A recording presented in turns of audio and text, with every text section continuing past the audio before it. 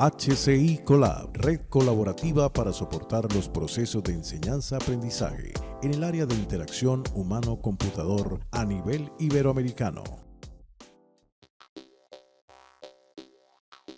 Un año de webinars en interacción humano-computador.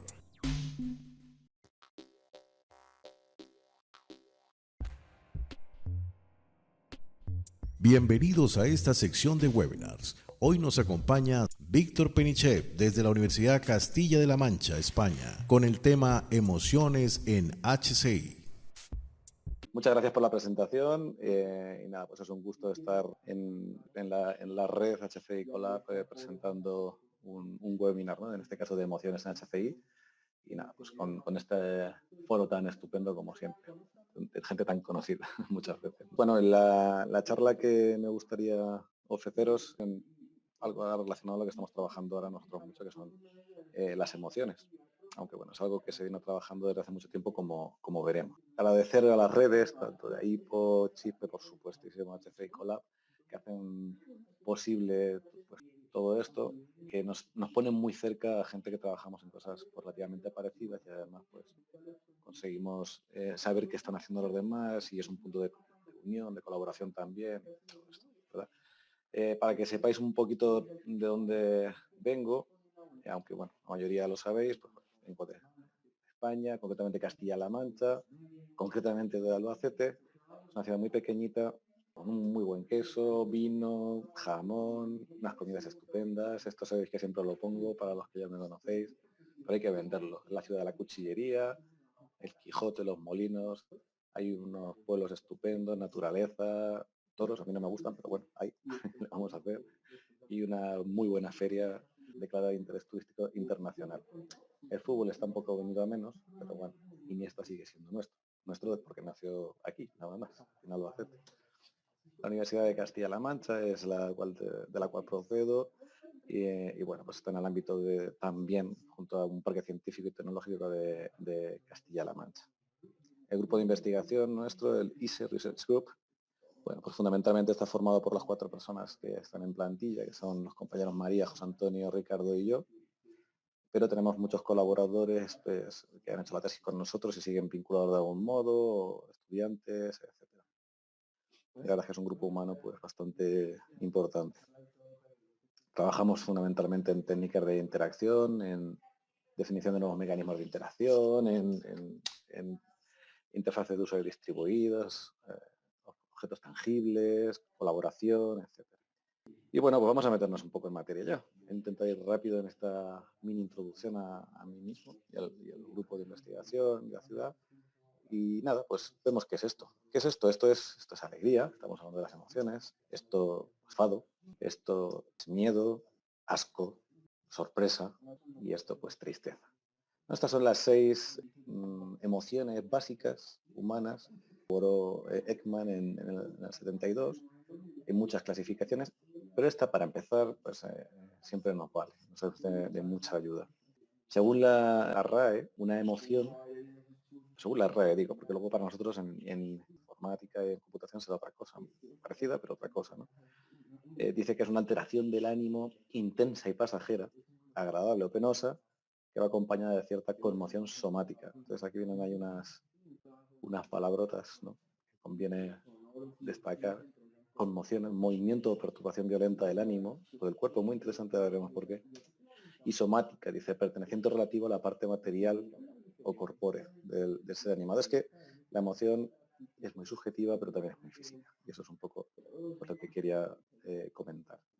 Vamos a ver esto de las emociones. Las emociones ocurren, están, existen y no podemos dejarlas pasar por alto.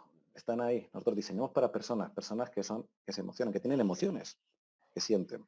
Dice que alteran la percepción del usuario en función de qué emociones esté viviendo esa persona en ese preciso instante, tiene una percepción u otra de vuestra aplicación de la aplicación como diseñadores.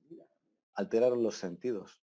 Según la emoción que estés sintiendo en ese momento, mi percepción, mi idea, mi sentido, mi sentimiento también se alterará.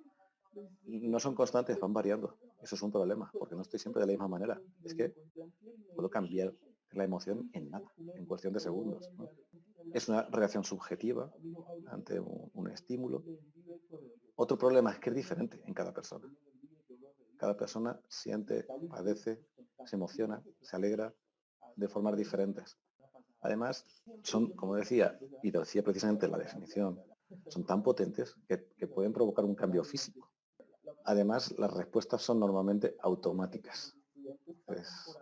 Claro, es que es algo subjetivo proveniente de estímulos externos y muchas veces casi involuntarias, ¿no? Por eso mismo pues no se pueden controlar así de fácil. Se puede, pero no es lo normal. Otro problema es que no siempre se relaciona físicamente. Hay determinadas personas, por cualquier motivo, incluso por motivos de enfermedad o por situaciones personales, lo que sea, a las que no se les ve físicamente la reacción ante una emoción. Eso si queremos detectarlo para jugar con ello, jugar entre comillas, pues es un problema. Además, la misma emoción se puede somatizar de diferentes formas. Otro problema. Como veis, todos son problemas. A lo mejor por eso hemos abordado tanto, ¿no? Y no siempre se comprende. De ahí el tema de la inteligencia emocional. No siempre se comprende, quiero decir que hay grupos de personas, por ejemplo, estoy pensando en autismo, en los que es muy difícil para esas personas, en realidad los dos canales, tanto mostrar una emoción como comprenderla. Y de nuevo, otro problema. En cualquier caso, y como decía al principio, que ocurren, pues es que es un factor humano. Es un factor humano más, es un factor humano a tener en cuenta. Y además que puede ser, de hecho es muy influyente en el diseño de la aplicación que se esté pensando, ¿no? Además, ahora pues se pueden detectar automáticamente, hace ya, pero bueno, que lo podemos utilizar nosotros como diseñadores. Hay listas ampliadas del propio Ekman, tiene una lista muy ampliada de emociones. Podemos encontrar también la de Chicks, que es muy interesante porque hace incluso una contraposición de emociones y una mezcla de emociones y otras incluso graciosas, pero que me parecen súper interesantes, como las emociones superpuestas basadas en la película de Inside Out, que es pues, muy interesante. Ahí podemos ver, por ejemplo, que es algo relativamente conocido, ¿no? Que la alegría y la tristeza, que es lo que puede sentir una persona en un determinado momento, pues en realidad se llama melancolía, ¿no? O si es alegría con mucha alegría, pues estaríamos hablando de éxtasis. Esto lo digo porque luego volveré a retomarlo también. Y lo retomo aquí mismo. No son emociones sin más. Las emociones además se pueden alterar de alguna manera por algunos matices. Es lo que se conocen como matices, que son, pues, por ejemplo, el humor, ¿no?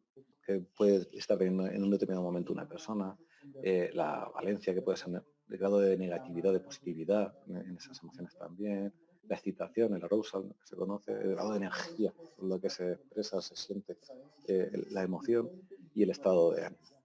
Al final esto hace que sea todo muy complejo. Hay una serie de niveles en el diseño que es interesante que mencionemos.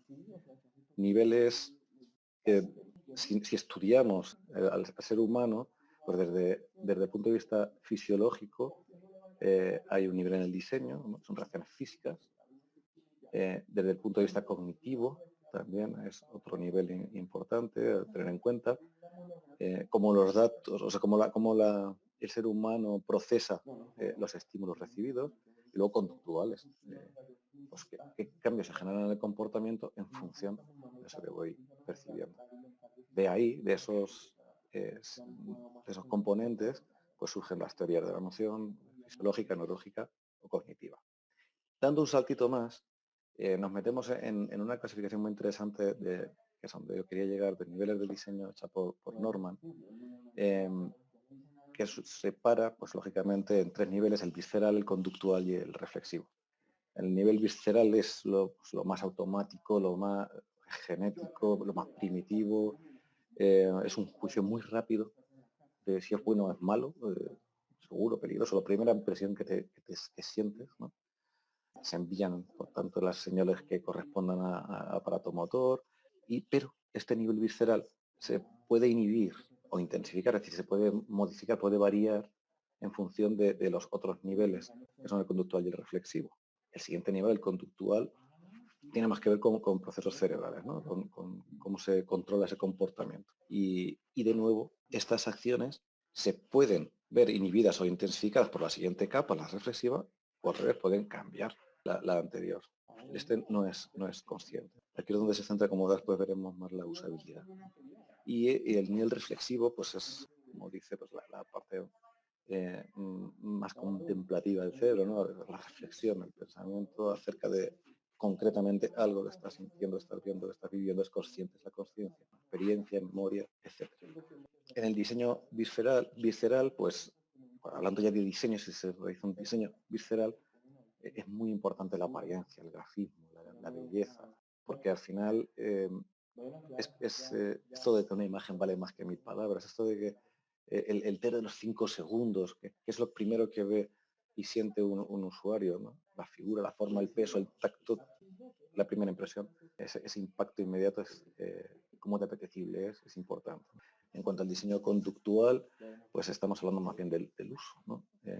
Ya no es tanto la apariencia, sino pues cómo se utiliza, para qué sirve un producto. Aquí los componentes del diseño conductual son importantes, es la función, es la comprensión, es la usabilidad, es esa sensación física. El diseño centrado en el usuario gana importancia. Es la comprensión de las necesidades del usuario, ¿no? Y luego, por último, el diseño reflexivo, pues hay un ejemplo que propone Don Norman en su libro, es interesante. No he podido sacar la imagen del otro reloj, pero es fácil. Un diseño conductual sería el reloj que se ve ahora mismo en la imagen. El reloj casi típico de toda la vida que te dice exactamente qué hora es, el día, poco más 4 datos, súper claro, eficiente, efectivo, punto. Por otro lado, estos relojes que muestran la hora sin realmente mostrar los números, sino con unos quesitos, con unos cuadradotes o lo que sea, que tienes que pensarlo. Es bonito, pero tienes que pensarlo. Eso sería un diseño reflexivo. En este caso gana más el placer reflexivo, ¿no? Como dice, de mostrar esto que tengo y cómo funciona y qué quiere decir, que en realidad la funcionalidad que tiene en sí mismo, ¿no? Es muy importante saber pues la usabilidad, perdone, que un estado anímico positivo va a influenciar enormemente en las aplicaciones. Y es que es incluso es algo fisiológico. En función de cómo se encuentra una persona, si está en una actitud muy, muy positiva, el cerebro en realidad está súper receptivo, se gana en curiosidad, en creatividad, en aprendizaje incluso. En este caso, aunque haya detalles que estén mal en un diseño, el cerebro está más preparado para ver la generalidad, para ver el bosque. Entonces, por eso parece que importa menos. Sin embargo, en un estado anímico negativo, vemos más el detalle. Estamos más en detalle y por eso los mismos diseños, en función de la emoción de la persona, pues pueden venderse mejor o peor, entre comillas, ¿no? Pasamos entonces a la computación afectiva, que es lo que ya se acerca más directamente, ¿no? a nosotros como diseñadores. Pues Rosalind Picard en el 95 ya habló por primera vez del término de affective computing, y es pues todo lo que tiene que ver en materia de computación pues con las emociones, ¿no? Aquí la ingeniería del conocimiento y la inteligencia artificial tienen mucho que decir porque son en realidad desde estos campos cómo se recaba la información, se extrae y se entrenan los modelos para determinar si a través de lo que sea que ahora veremos, pues un usuario está sintiendo alegría, pena, enfado, ira, lo que sea. Nosotros como en interacción, más que recoger toda esta información, la utilizamos. La utilizamos, que es utilizamos saber si el usuario está sintiendo alegría o pena o estrés o lo que sea. Es desde nuestro punto de vista lo más interesante, más que entrenar modelos que sería, pues se nos escaparía pues, de nuestro campo. Hay diferentes canales, que es algo muy interesante, como veremos ahora después también, ¿no? Pues desde las expresiones faciales, la voz, los gestos del cuerpo, etcétera. Y bueno, pues vamos a verlo. Hicimos una pequeña revisión de la tecnología y bueno, pues vemos, por ejemplo, cómo se pueden obtener emociones desde el discurso, desde el habla, desde expresiones faciales, visualmente, desde el texto, desde el gesto y el movimiento, y luego otros estados fisiológicos que también comentaremos muy rápidamente.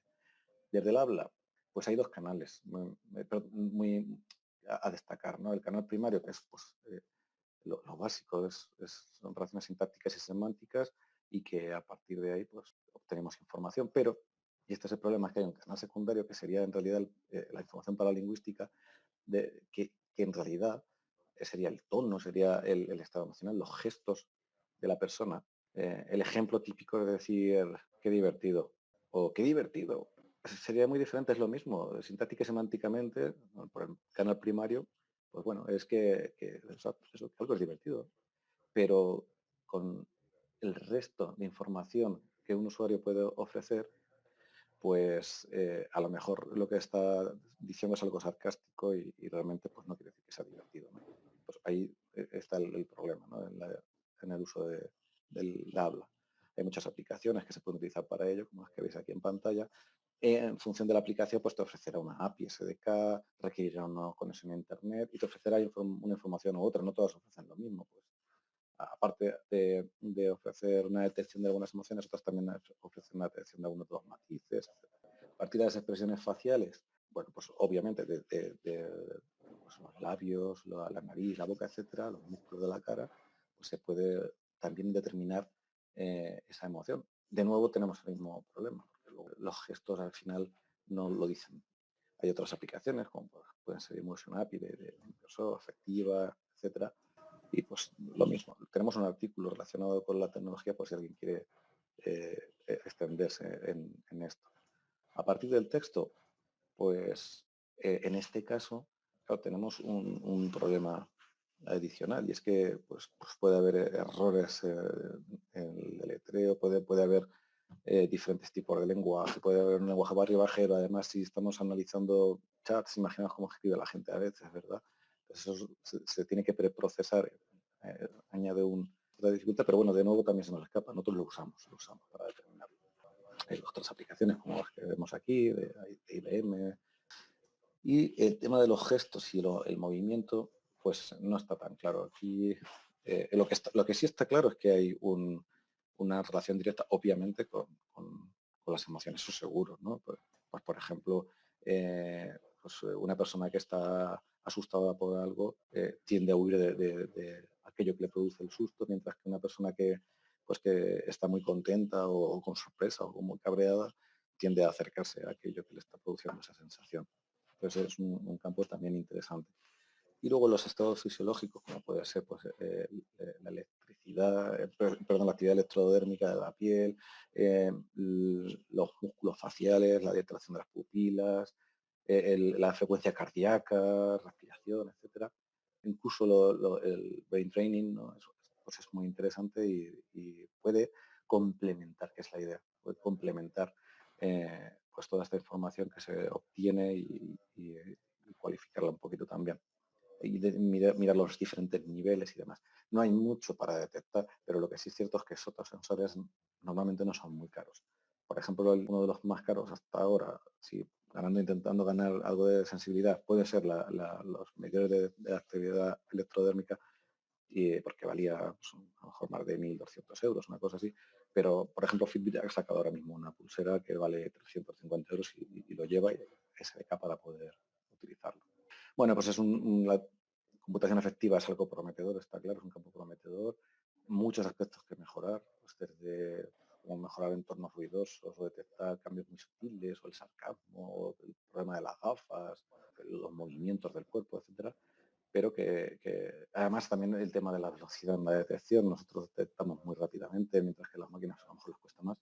Lo que está claro es que la multimodalidad es aquí también importante porque se pueden utilizar diferentes canales y eso sí lo podemos hacer ya nosotros directamente, para poder afinar un poco más y saber qué está pasando a quién en cada momento. Ya muy rápidamente me gustaría pues, comentaros, ¿no? una aplicación que hicimos hace algún tiempo, un prototipo, que intentaba modificar el comportamiento de una aplicación en función de la emoción detectada por parte de los usuarios. Era un juego para niños, plataforma, a través de la web, en el que tenían que aprender una serie de vocabulario en inglés para la elaboración de recetas, ingredientes, etc. A partir del rostro, a partir de la imagen, a partir de la voz y a partir del teclado, para ver el nivel de estrés, detectábamos pues, cuál era la emoción y en función de esa emoción iríamos cambiando el nivel de dificultad de la aplicación. Cuestiones que hay que tener en cuenta claramente, pues imaginaos si estamos intentando con la cámara, pues cuestiones de iluminación, etcétera, ¿no? El micrófono, lo que sea que estemos utilizando a una distancia adecuada, etcétera. El contexto es súper importante. Y bueno, pues el equipo que utilizamos, pues, con el equipo normal, eso sí. eso sí. El juego, insisto, pues el niño tenía que recoger con un pequeño avatar unos ingredientes que van cayendo y se van recogiendo las emociones del rostro y de las teclas pulsadas. Por otro lado, también tenía conectividad en la que tenía que pronunciar unas frases. De ahí extraíamos información acerca de la voz. Con afectiva utilizaba la aplicación de la tecnología afectiva utilizamos esto para la expresión facial, Beyond Verbal para la detección de la emoción a partir de la voz y con el estrés y demás, pues los errores, la pulsación de teclas. Luego se utilizaba tecnológicamente el chaval que lo hizo dentro del grupo, utilizó pues Phaser y Hero. El juego tenía un aspecto pues muy básico, pero bueno, es un prototipo, como he comentado antes. Y esto simplemente era para recoger las frases que tenía que decir. Bueno, esto no tiene mucho. Si queréis, simplemente lo puedo mostrar muy rápidamente, muy por encima, que tampoco tiene. Aquí se ve cómo van cayendo los alimentos y simplemente pues el niño tiene que con el avatar ir cogiendo los que son adecuados, saludables y los que no. Los que no, obviamente le dan un error. Y luego pues en la parte siguiente tendría que pronunciar las frases y demás. ¿Qué pasa aquí? ¿Qué pasa aquí? Que el niño va moviéndose en la aplicación de manera que el juego va cambiando de nivel sin que él sea ni siquiera consciente. En función del grado del estrés, la dificultad que le vemos nosotros al niño, pues vamos variando esa dificultad en el número de elementos que cae, o la velocidad, o las frases que tiene que pronunciar, etcétera. Puede subir o puede bajar el grado de dificultad de forma automática, sin necesidad de tener que pasar un nivel visualmente. Es decir, estás en el nivel 3, simplemente vamos variando. Vamos variando. Y nada, pues para terminar, pues deciros que hay que diseñar para emocionar, sea cual sea la emoción que busquemos, porque bueno, pues en función de si estamos en un juego, podemos buscar una cosa, si estamos en otro tipo de aplicaciones otra, que podemos adaptar, o sea, es que van los dos sentidos. Podemos diseñar para emocionar, pero también podemos adaptar la aplicación en función de las emociones que estamos percibiendo, pero lo que sí que tenemos que hacer seguro es diseñar emocionados, que al final es de lo que se trata. Pues nada, muchas gracias y nada, quedo a vuestra disposición por si tenéis algún tipo de pregunta que yo sepa. Bueno, muchas gracias, Víctor. Gracias por la charla, súper interesante, por ceñirte al tiempo y por hacerlo todo tan fácil siempre. Gracias. Hay varias preguntas, pero mira, como soy el moderador, pues voy a pasar la mía primera, porque si no me quedo como antes el preguntar. Bueno, yo más que hacer una pregunta, yo quería hacer una reflexión porque hace tiempo que le doy vueltas a esto, ¿no? Es decir, a mí el tema este del reconocimiento, las emociones, todo esto me interesa mucho, pero hay una cosa que hace tiempo que me da vueltas en la cabeza, ¿no? Es decir, yo veo muchos estudios de temas, de emociones y todo, pero casi siempre todo el diseño emocional, los estudios emocionales y todo, está basado en cosas relacionadas con juegos, con ocio, con juego, es decir, pero no veo nunca estudios relacionados con interfaces industriales, interfaces de gente que utiliza pues ERPs empresariales, de gestión de, digamos, las herramientas que la gente utiliza el día a día para hacer su trabajo, no para jugar o para... a ver si me entiendes, ¿eh? Es decir, todo es importante. ¿Y por qué hago esta pregunta? ¿No? Porque a veces yo pienso, vale, es verdad, a veces me puede una interfaz, me puede transmitir o me puede hacer reaccionar de mil formas, ¿no? Pero al final, por más enfadado que esté, por más que tenga un mal día, por más que no sé qué, yo al final tengo que hacer mi trabajo, ¿no? Entonces es cuando vuelvo a los orígenes y digo, aquí, esté como esté y me transmita lo que me transmita, lo que necesito es una buena usabilidad, ¿no?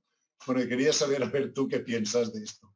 Bueno, obviamente manejar las emociones adecuadamente iría en un incremento de la usabilidad de cualquier aplicación. Y mira, me has hablado de que las emociones las has visto principalmente en juegos. Y te voy a responder a esta pregunta haciendo un poco trampa y usando precisamente los juegos para responderte. No exactamente los juegos, sino más bien los procesos de gamificación. Sabes que, por ejemplo, en empresas en una empresa se puede utilizar la gamificación para mejorar los procesos en la propia empresa. Pues del mismo modo, quiero decir, un juego, al final, no un juego, sino la gamificación, al final lo que busca es retar un poco en este caso, al trabajador de la empresa, para hacer que gane un poco en interés por esos procesos, un poco de competitividad. Al final, ¿de qué estamos hablando sino de emociones? Podemos detectar automáticamente desde esa misma línea las emociones para saber qué grado de efectividad estamos teniendo con esto, si estamos consiguiéndolo o no. O si vemos que tenemos un trabajador que se viene muy abajo, por ejemplo, se puede detectar fácilmente con este tipo de dispositivos, algún tipo de alerta, o ofrecerla automáticamente, igual que en el juego que prototipado que teníamos nosotros. Ofrecer algún tipo de compensación o de ánimo o lo que sea. En aplicaciones de rehabilitación es un sitio donde también queremos empezar a tratar esto. Estamos hablando más que de cómo de nervioso se encuentra un usuario, que también vamos por ahí, incluso en aspectos relacionados con el dolor.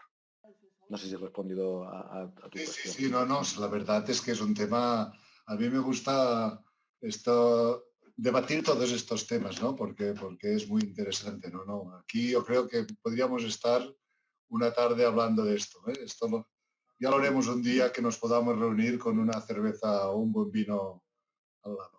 Eso está hecho. A ver, te voy a leer algunas de las preguntas o comentarios que hay en Facebook. El amigo César dice, desde la perspectiva de la de evaluación emocional, se habla ahora de realizar no una evaluación puntual, sino a lo largo del proceso de interacción, journey. ¿Qué estrategias están ustedes trabajando en este tema para tener una evaluación más integral? ¿Hacen evaluaciones multimodales? Bien, bueno, son dos preguntas en realidad. Sí, A ver, obviamente, teniendo en cuenta que en interacción lo que prima es un diseño centrado en el usuario, y al final el diseño centrado en el usuario es saber pues qué está sintiendo, qué está viviendo, cómo está entendiendo el sistema en cada etapa, el usuario, pues quiero decir, una detección de las emociones en cada uno de esos momentos seguro puede aportar información adicional. Nosotros ahí en el proceso de desarrollo no lo hemos trabajado.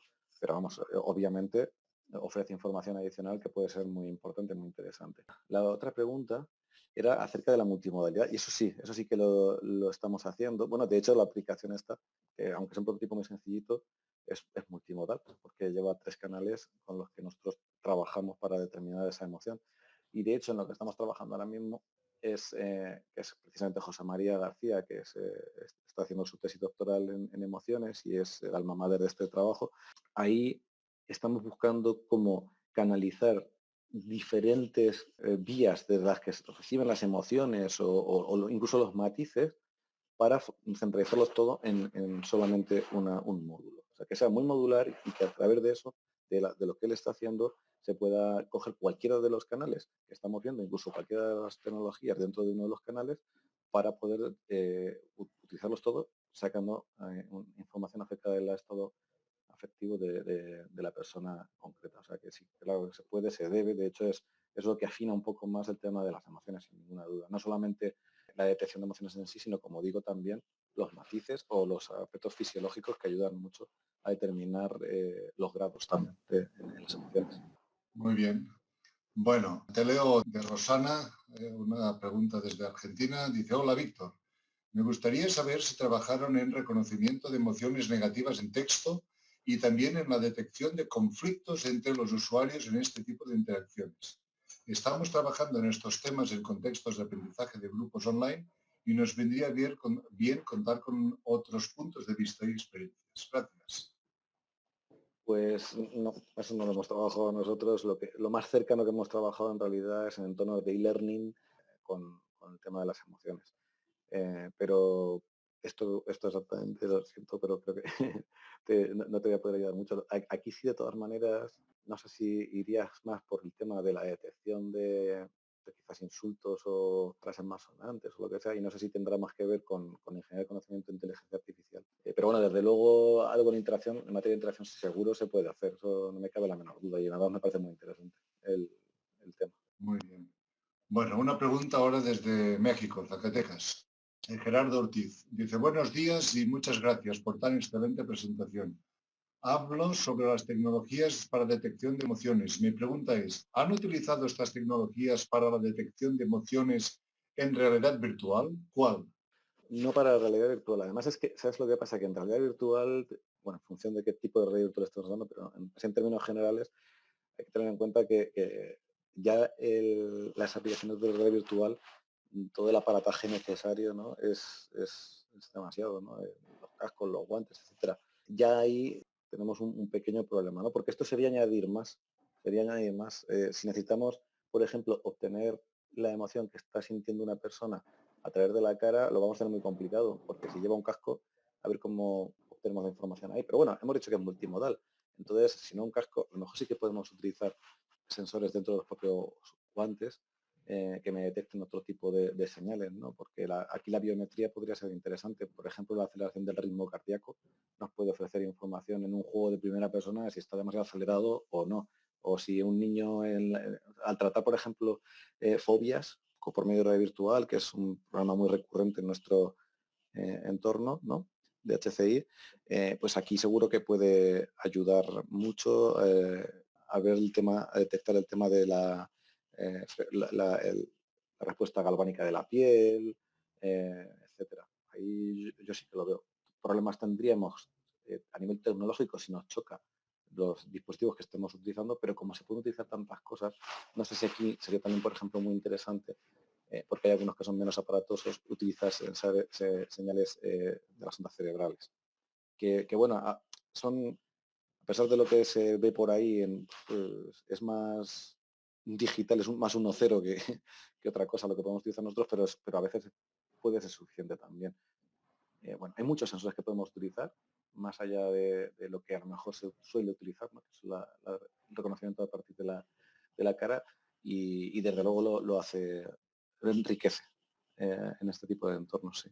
Bueno, gracias. Bueno, voy a leer una pregunta más porque hay unas cuantas, aparte de que alguien se apunta a la discusión con cerveza o vino también, ¿eh? Pero bueno, Juan González de México dice, pregunta, ¿qué experiencia tiene con reconocimiento de acciones a partir de los gestos corporales? ¿Algún corpus de datos? Análisis con gestos faciales, manos, cuerpo completo. Pues como he dicho en la presentación, con a partir de gestos o interacción basada en movimiento hay muy poquito. Y de hecho justo ahora en una de las cosas que nos queremos meter, acabamos de poner ahí a una persona para trabajar en un proyectito a ver qué sale. Yo lo veo difícil, lo veo complicado. Entre otras cosas porque, bueno, como siempre, nosotros tenemos que basarnos en el conocimiento de otros, ¿no? En este caso, acerca de qué significa lo que está pasando con el cuerpo de la persona y cómo lo aplicamos. Es que cuando yo utilizo una SDK o una API para reconocer el rostro y que me diga la emoción, lo tengo claro, porque me devuelve pues, con una serie de números, pues, qué grado de acercamiento tiene, por ejemplo, a estado de ira o de miedo, de contento, lo que sea. Pero yo no hay nada que a partir del cuerpo te esté diciendo qué emoción puede, si tiene miedo, si tiene. Entonces habría que trabajarlo al nivel que nosotros no trabajamos, que es al nivel probablemente de generar conocimiento de inteligencia artificial para que nosotros después lo pudiéramos utilizar. Sí podemos hacer algunas cosas, porque bueno, pues con Kinect, que nosotros hemos trabajado bastante, la detección del movimiento es muy clara, es muy evidente. Vosotros creo que también habéis trabajado con eso. Entonces, si sabemos algunas cosas, como la del ejemplo, es decir, una persona con miedo tiende a alejarse, una persona pues, con alegría o incluso con cabreo tiende a acercarse a eso que le está provocando esa emoción, eso es fácil de implementar sin necesidad de ingeniería de conocimiento de inteligencia artificial.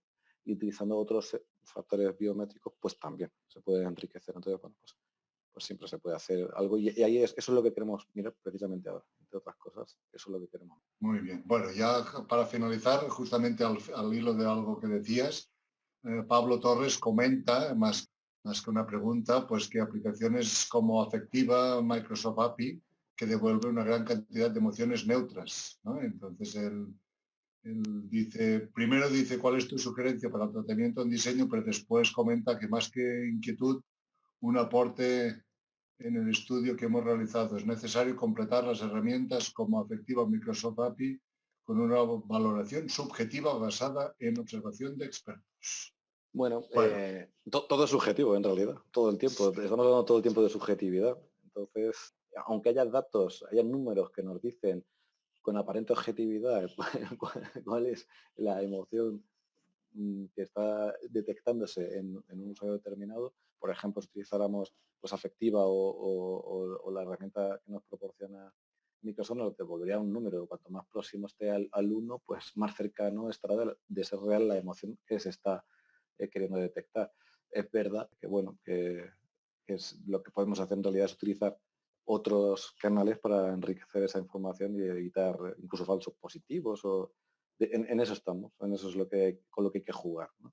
bueno, pues muchísimas gracias, Víctor, por esta charla tan interesante, por el debate que ha suscitado. La verdad es que hace un rato pensaba que igual para el año que viene, pues tendremos que hacer, si la gente interviene tanto, lo cual es bueno, yo pienso que Hombre, es parte claro que sí. interesante, igual tendremos que alargar un poco más y dejar un poco más espacio a estos debates porque son realmente interesantes.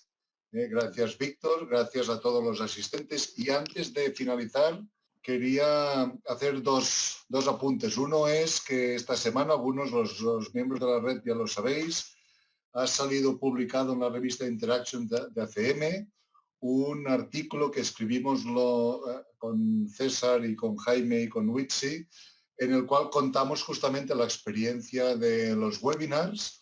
Cuando lo propusimos a la nueva directiva de Interactions, pues les encantó la idea.